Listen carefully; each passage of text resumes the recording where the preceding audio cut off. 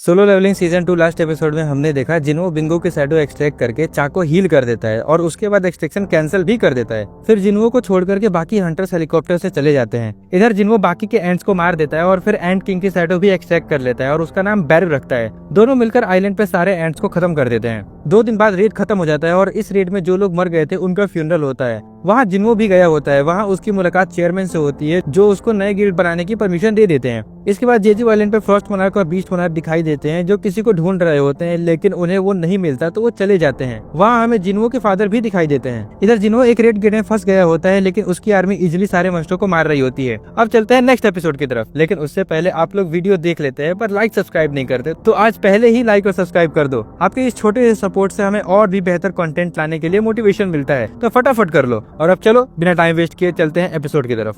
Season 3 episode 1 start होता है और हमें दिखता है एक हंटर जो डंजन के अंदर होता है। तभी अचानक से उसके सामने एक मॉन्स्टर आ जाता है। वो और कोई नहीं बल्कि फ्रॉस्ट मोनार्क होता है जो हमें सीजन 2 के लास्ट एपिसोड में दिखा था। वो यहाँ किसी फ्रेगमेंट ऑफ लाइट को ढूंढने आया था, बट यहाँ भी उसे कुछ नहीं मिलता। वैसे फ्रेगमेंट ऑफ लाइट कौन है ये अभी तक रिवील नहीं किया जाता, बट मुझे पता है, लेकिन अभी स्पॉइलर नहीं दूंगा। अगर आप लोग जानते हो तो कमेंट में जरूर बताना। तभी वहाँ एक और मोनार्क आ जाता है। वो देखने में काफी अजीब और क्रीपी लगता है। वो दोनों ईस्ट के एक जगह के बारे में बात कर रहे होते हैं जहाँ शैडो मोनार्क है। मतलब बेसिकली वो जिन्हो की बात कर रहे होते हैं। फिर दूसरा मोनार्क बोलता है ग्रेटेस्ट फ्रेगमेंट ऑफ लाइट भी उसी कंट्री में है। तभी फ्रॉस्ट मोनार्क एक स्ट्रॉन्ग प्रेजेंस महसूस करता है और हमें दिखता है कि वहाँ एक और हंटर आ रहा होता है। आप लोग गेस करो कौन हो सकता है ये। फ्रॉस्ट मोनार्क समझ जाता है कि ये उसी की चाल थी हमें यहाँ बुलाने के लिए। तभी वो हंटर बोलता है तुम लोग कहीं कोरिया की तो बात नहीं कर रहे। फ्रॉस्ट मोनार्क कहता है अगर हम बात कर भी रहे हो तो तुम्हें क्या। इधर वो दूसरा मोनार्क एक पोर्टल खोलता है और फ्रॉस्ट मोनार्क को बोलता है हमारे पास इन सब चीजों के लिए टाइम नहीं है। फ्रॉस्ट मोनार्क भी कहता है अगर तुम हमें रोक सकते हो तो रोक लो, और जाने लगते हैं। वो हंटर बोलता है मैं तुम्हें इतनी आसानी से जाने नहीं दूंगा, और वो अटैक कर देता है। लेकिन फ्रॉस्ट मोनार्क एक आइस वॉल बना करके उसके अटैक को रोक लेता है। हमें पता चलता है कि ये हंटर और कोई नहीं जिन्हो के फादर होते हैं। फिर सीन शिफ्ट होता है और हमें एक रेड गेट दिखाया जाता है जिसमें जिन्हो गया था। वहाँ अब उसका सामना डंजन के बॉस से होता है। बॉस काफी गुस्से में होता है और बोलता है तुमने अब तक बहुत अच्छा फाइट किया और जिंदा भी हो, बट अब तुम चारों तरफ से घिर चुके हो। इस जंगल में चारों तरफ मेरी आर्मी पहले से ही छिपकर बैठी है। फिर वो अपने आर्मी को आवाज लगाता है, बट बहुत देर तक वहाँ कोई नहीं आता। जिन्हो स्माइल करता है और अपनी शैडो आर्मी को बाहर आने के लिए कहता है, और हमें दिखाई देता है कि जिन्हो की शैडो सोल्जर्स ऑलरेडी सब मॉन्स्टर को मार चुके थे और वो लोग उनकी डेड बॉडीज लेकर के बाहर आ जाते हैं। ये देख करके बॉस और भी ज्यादा गुस्सा हो जाता है। फिर वो अपने बचे हुए मॉन्स्टर को अटैक करने के लिए बोलता है, लेकिन इधर जिन्हो भी अपने शैडो सोल्जर को भेज देता है। जिन्हो के शैडो सोल्जर आसानी से सारे मॉन्स्टर को मार देते हैं। अब सिर्फ बॉस बचता है। वो ये सब देख करके गुस्सा हो जाता है और जिन्हो की तरफ अटैक करने के लिए आगे बढ़ता है, लेकिन तभी टस्क अपने ग्रेविटेशन मैजिक का यूज करके उसे जमीन पे पटक देता है। फिर जिन्हो बॉस के पास जाता है और कहता है मेरे सवालों का सही जवाब दो तो शायद तुम्हें कम दर्द होगा। लेकिन बॉस कुछ बोलने से पहले ही मर जाता है। जिन्हो समझ जाता है कि सिस्टम फिर से इंटरफेरेंस कर रहा है। तभी उसे याद आता है डीमन कैसल क्लियर करने के बाद उसे एक की मिली थी जो सिर्फ लेवल 100 होने के बाद ही यूज हो सकती थी। क्योंकि जेजू आइलैंड रेड के बाद उसका लेवल 100 हो चुका था, तो वो उस की को अपने इन्वेंट्री से निकालता है और उसके सामने उस की सारी इन्फॉर्मेशन आ जाती है। उसे पता चलता है कि ये की डबल डंजन वाले टेम्पल की है, वही डबल डंजन जहाँ जिन्हो को उसकी पावर मिली थी। ये काफी बड़ी बात होती है जिन्हो के लिए, क्योंकि जिस सिस्टम की वजह से वो इतना स्ट्रांग बना है उसके बारे में वो कुछ नहीं जानता। और जब भी उसने सिस्टम के बारे में जानने की कोशिश की तब सिस्टम ने इंटरफेरेंस कर दिया। लेकिन अब फाइनली सिस्टम खुद उसे बुला रहा था। वो सोचता है चलो फाइनली अब सिस्टम के बारे में जान पाऊंगा। लेकिन तभी वो देखता है कि इस की पर एक टाइमर लगा है 417 घंटे का, मतलब वो अभी यूज नहीं कर सकता उसको। वो सोचता है इतना वेट किया है तो थोड़ा और सही। फिर सीन शिफ्ट होता है और हमें दिखता है कि जिन्हो काफी गुस्से में है, क्योंकि जिन्हो के हेटर्स ऑनलाइन हेट फैला रहे होते हैं। वो उन सबको रिप्लाई कर रहा होता है। तभी वहाँ जिन्हो भी आ जाता है। वो एक बैग भर के एसेंस स्टोन्स जिन्हो को देता है और कहता है तुमने बोला था ना कि हमें नए गिल्ड के लिए बहुत पैसों की जरूरत होगी, तो इतने में तो हो जाएगा ना। जिन्हो कहता है ये तो बहुत सारे हैं, क्या तुमने कोई हाई रैंक गेट क्लियर किया है? अब तो हमें नए एम्प्लॉय की सैलरी के बारे में भी सोचना नहीं पड़ेगा। जिन्हो कहता है ओ हाँ, मैं तो एम्प्लॉयज के बारे में भूल ही गया था, हमें नई गिल्ड के लिए एक नई एम्प्लॉय भी ढूंढना होगा। जिन्हो कहता है हाँ वो तो है, लेकिन उससे पहले क्या तुमने अभी तक हमारे गिल्ड का नाम सोचा है? फिर दोनों गिल्ड के नाम को लेकर के काफी डिस्कस करते हैं। तभी जिन्हो बोलता है सोलो प्ले गिल्ड नाम कैसा होगा। जिन्हो को ये नाम बिल्कुल पसंद नहीं आता, बट वो कुछ बोलता भी नहीं है। वो मन ही मन में सोचता है कहीं ये मजाक तो नहीं, भला अपने गिल्ड का नाम ऐसा कौन रखता है। तभी डोरबेल बजती है। जिन्हो गेट खोलता है और वहाँ हंटर चा होती है। ये देख करके जिन्हो शॉक हो जाता है, लेकिन वो जिन्हो से मिलने आई होती है। जिन्हो पूछता है तुम यहाँ क्यों आई हो? चा बोलती है मुझे तुम्हारा गिल्ड ज्वाइन करना है। जिन्हो पूछता है क्या चेयरमैन ने तुम्हें यहाँ भेजा है या फिर जोंगिन ने तुम्हें अपने गिल्ड से निकाल दिया? चा बोलती है नहीं, ऐसा कुछ भी नहीं है। जिन्हो पूछता है तो फिर तुम्हें हमारा सोलो प्ले गिल्ड क्यों ज्वाइन करना है। ये सुनकर चा शॉक हो जाती है। वो पूछती है क्या तुम सच में अपने गिल्ड का नाम सोलो प्ले रखे हो। जिन्हो कहता है हाँ, मैंने और हमारे वाइस गिल्ड मास्टर ने मिलकर डिसाइड किया है। जिन्हो बोलता है वेट, मैंने कब डिसाइड किया, और मैं जो नाम सजेस्ट किया था उसका क्या। जिन्हो कहता है तुमने कुछ कहा ही नहीं तो मुझे लगा तुम भी एग्री करते हो। तभी जिन्हो नोटिस करता है कि चा की हार्टबीट बहुत तेज है लेकिन वो नॉर्मल एक्ट कर रही है। उसे शक होता है कि वो कुछ छुपा रही है। जिन्हो कहता है तुम अभी भी अपने पुराने गिल्ड के साथ कॉन्ट्रैक्ट में हो, तुम हमारे गिल्ड में कैसे ज्वाइन कर सकती हो। चा बोलती है मैं उनको कॉन्ट्रैक्ट तोड़ने के लिए पेनल्टी पे कर दूंगी, जो भी अमाउंट होगा। जिन्हो और ज्यादा डाउट करने लगता है। वो सोचता है इतनी बड़ी पेनल्टी पे करने को भी रेडी है सिर्फ मेरे गिल्ड में आने के लिए। जिन्हो कहता है हमारे पास तुम्हारे जैसे एस रैंक हंटर को सैलरी देने के लिए पैसे नहीं है। चा कहती है मुझे सैलरी भी नहीं चाहिए। जिन्हो पूछता है तो फिर क्यों ज्वाइन करना चाहती हो हमारी गिल्ड। चा ब्लश करने लगती है। सच तो ये है कि उसे जिन्हो से प्यार हो गया था लेकिन वो कन्फेस नहीं कर पा रही थी, इसीलिए वो बस उसके पास रहना चाहती थी, लेकिन वो कुछ बोल नहीं पा रही थी, बस ब्लश किए जा रही थी। जिन्हो कहता है ठीक है तुम ज्वाइन कर सकती हो बट उसके पहले एंट्रेंस टेस्ट देना होगा। चा बोलती है कैसा टेस्ट। जिन्हो कहता है तुम्हें मेरे चुने हुए सबसे स्ट्रॉन्गेस्ट शैडो सोल्जर को हराना होगा। चा कहती है ठीक है मैं रेडी हूँ।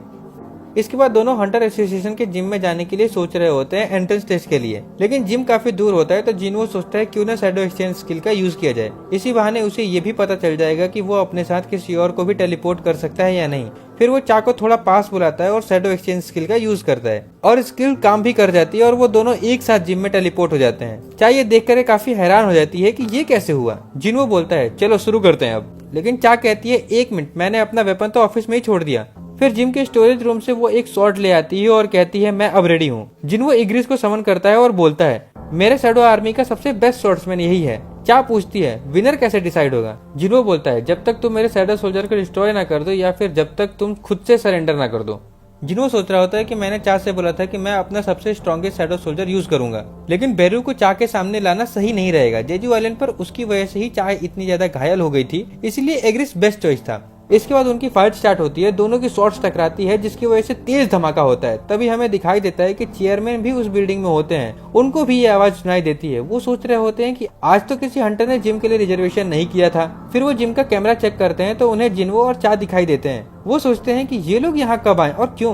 तभी उनको याद आता है कि जेजू आइलैंड रेड के बाद जैसे ही चा होश में आई थी उसने सबसे पहले जिन्हो के बारे में ही पूछा था। चेयरमैन को लगता है कि दोनों के बीच में कुछ चल रहा है, इसीलिए वो जिम का कैमरा ऑफ करवा देते हैं क्योंकि वो उनका प्राइवेट मोमेंट रिकॉर्ड नहीं करना चाहते थे। तभी फिर बिल्डिंग हिलने लगती है और उनके पीछे लगी पेंटिंग भी गिर जाती है फाइट की वजह से, लेकिन चेयरमैन कुछ गलत ही समझ लेते हैं। अब वो क्या सोच रहे होते हैं ये तो मुझे बताने की जरूरत नहीं है, तो आप लोग ही कमेंट में बता दो कि चेयरमैन को क्या लगता है। दूसरी तरफ हमें दिखाई देता है कि चा ने इग्रिस को इजीली हरा दिया था। ये देख करके जिन्हो भी शॉक में रह जाता है। तभी चा बोलती है क्या ये ब्लैक नाइट तुम्हारा सबसे स्ट्रॉन्गेस्ट सोल्जर था। तुमने कहा था कि तुम अपना सबसे स्ट्रॉन्ग सोल्जर यूज करोगे तो उसको समन करो। वो बेरू के बारे में बात कर रही होती है, लेकिन जिन्हो बोलता है कि तुम हर्ट हो सकती हो। चा कहती है ऐसा कुछ नहीं होगा और वैसे भी मुझे उससे दोबारा फाइट करनी है। तो जिन्हो फाइनली बेरू को समन करता है और उसे एक ऑर्डर देता है, चा को बिना हार्म किए डिफीट करो। बेरू कहता है जैसा आप कहे माय किंग। फिर वो जोर से रॉर करता है और जिससे जिम के सारे शीशे टूटने लगते हैं। चा उसे देख करके सोच रही होती है कि जिन्हो ने इस मॉन्स्टर के साथ फाइट किया था। बेरू अपने पंजे निकाल करके अटैक करने वाला होता है, लेकिन जिन्हो कहता है उन्हें हटा लो वरना अगर चा को थोड़ी भी चोट लगी तो मैं तुम्हें नहीं छोड़ूंगा। बेरू तुरंत अपने नाखून अंदर कर लेता है और कहता है यस माय किंग। चा अटैक करने के लिए तैयार होती है, लेकिन तभी अचानक बेरू उसके पीछे आ जाता है। चा को याद आता है कि जेजू आइलैंड पर भी उसने यही किया था। वो कहती है तुम्हें क्या लगता है कि मैं दोबारा सेम ट्रिक में फंसूंगी। फिर वो तुरंत अटैक कर देती है अपनी तलवार से, लेकिन बेरू सिर्फ 2 उंगलियों से उस अटैक को रोक देता है। बेरू सोच रहा होता है कि मेरे किंग ने मुझे बिना हर्ट किए ओपोनेंट को डिफीट करने के लिए बोला है, तो इसका बेस्ट तरीका यही होगा कि मैं अपने आप को इतना स्ट्रॉन्ग दिखाऊं कि सामने वाले की लड़ने की इच्छा ही खत्म हो जाए। चा एक के बाद एक अटैक कर रही थी। अब आप सबको पता है कि चा कितनी स्पीड में फाइट करती है, लेकिन बेरू भी कम नहीं था। वो सारे अटैक को इजीली डॉज कर रहा होता है, वो भी एक जगह से हिले बिना, सिर्फ अपने बॉडी मूवमेंट से अटैक को डॉज कर रहा होता है। फिर वो जोर से चा के मुंह पर रोर करता है, जिसका प्रेशर से चा दूर चली जाती है। जिन्हो कहता है विनर ऑलरेडी डिसाइड हो चुका है, क्या तुम अब सेटिस्फाई हो। लेकिन चा बोलती है नहीं, मुझे और फाइट करनी है। जिन्हो को पता था कि बेरू उसके दूसरे शैडो सोल्जर से काफी अलग है, उसका जन्म ही सिर्फ किलिंग के लिए हुआ था। लेकिन जिन्हो देखता है कि बेरू अपने किलिंग इंटेंट को दबा रहा होता है। उनका फाइट दोबारा स्टार्ट होता है, लेकिन इस बार बेरू सिर्फ डिफेंड ही नहीं कर रहा होता बल्कि अटैक भी कर रहा होता है। इस वजह से चा की शॉट भी टूट जाती है, लेकिन फिर चा हार नहीं मानती। वो डिसाइड करती है कि अब वो अपना सबसे स्ट्रॉन्गेस्ट अटैक यूज करेगी और एक ही बार में फाइट खत्म करेगी। फिर वो ब्लेड ऑफ लाइट बनाती है और इस बार फाइनली अपना अटैक बेरू पर लैंड कर देती है। वो शॉट बेरू के चेस्ट में घुस जाती है। तभी हमें दिखाई देता है कि इस अटैक की वजह से बेरू अपने अंदर के किलिंग इंटेंट को ज्यादा देर तक कंट्रोल नहीं कर पाता और पूरे गुस्से में आ जाता है। उसे एंट क्वीन की बातें याद आने लगती है। वो जिन्वो का ऑर्डर भूल जाता है और एंट क्वीन का ऑर्डर फॉलो करने लगता है। मुझे अपने एनिमी को जान से मारना है। बेरू पूरा ब्लड डस्ट के साथ चा के तरफ बढ़ने लगता है। जिन्वो चिल्लाकर उसे रोकने के लिए बोलता है, लेकिन वो नहीं सुनता। तो जिन्वो जल्दी से बीच में आ जाता है और उसे रोक देता है। तब जाके बेरू शांत हो जाता है और तुरंत जमीन पर गिर के माफी मांगने लगता है। जिन्वो चा से पूछता है, तुम ठीक हो ना? फिर वो कहता है, ये सिर्फ एक एंट्रेंस टेस्ट था, तुम्हें सिर्फ इसके लिए अपनी जान को रिस्क में डालने की क्या जरूरत थी? लेकिन चा चुप रहती है और वो कुछ नहीं बोलती। फिर जिन्वो बोलता है, तुम्हें आखिर मेरे गिल्ड में क्यों ज्वाइन करना है? क्या चाहती हो तुम? कहीं ऐसा तो नहीं कि तुम्हें मुझ में इंटरेस्ट है? लेकिन फिर वो सोचता है, ये तो हो ही नहीं सकता, जरूर कुछ और बात होगी। वो जाने लगता है। तभी चा बोलती है, हाँ मुझे तुम में ही इंटरेस्ट है। इतना कह करके वो ब्लश करने लगती है और इसी के साथ ये एपिसोड खत्म हो जाता है। लेकिन आप लोगों के लिए एक सवाल है, जो सबसे पहले सही जवाब देगा उसका कमेंट पिन कर दूंगा और नेक्स्ट वीडियो में शाउट आउट भी मिलेगा। लेकिन शाउट आउट सिर्फ उसी को मिलेगा जो सब्सक्राइब किया होगा, तो सब्सक्राइब भी कर लो। उससे पहले मैंने जो लास्ट वीडियो में क्वेश्चन पूछा था उसका सही जवाब स्कैवेंजर गिल्ड है और उसका सबसे पहले सही जवाब अर्नो भाई ने दिया था। तो big shout out to you मेरे भाई। और हमें लास्ट वीडियो में आदित्य और अयान भाई ने सुपर चैट भी दिया था, जो कि हमारे चैनल की सबसे पहली सुपर चैट है। तो आप दोनों को भी शाउट आउट है। बस इसी तरह आप लोग सपोर्ट करते रहो। अब चलते हैं आज के सवाल की तरफ। जिन्वो के फादर का नाम क्या होता है? जल्दी से कमेंट में लिखो। और हाँ, मैं सोच रहा हूँ कि एक न्यू एनिमे आ रही है, the beginning after the end, short में टिबेट भी कहते हैं। ये एनिमे काफी ज्यादा मस्त होने वाली है, मतलब बहुत ज्यादा। आपको याद होगा कि सोलो लेवलिंग आने से पहले उसकी बहुत ज्यादा हाइप थी, वैसे ही इस एनिमे की भी है। अभी तक रिलीज भी नहीं हुई है, लेकिन पहले से ही काफी पॉपुलर हो चुकी है। मैंने इसका मानवा पढ़ा है, मुझे तो काफी अच्छा लगा। 2 अप्रैल से ये एनिमे रिलीज होने वाली है। अगर आप लोग चाहते हो कि मैं इस एनिमे को भी कवर करूँ तो सबसे पहले सब्सक्राइब कर लो और कमेंट में टिबेट लिख दो बस। अगर किसी और एनिमे का एक्सप्लेनेशन चाहिए हो तो वो भी कमेंट कर देना, मैं हर एक कमेंट पढ़ता हूँ। एंड डोंट वरी, मैं सोलो लेवलिंग सीजन 3 भी कंटिन्यू करने वाला हूँ, तो आप लोग चिंता मत करना। चलो आज के लिए बस इतना ही। अगर वीडियो अच्छी लगी हो तो लाइक कर देना और इसी तरह के कंटेंट के लिए सब्सक्राइब भी कर लेना। तब तक के लिए मिलते हैं नेक्स्ट वीडियो में। बाय।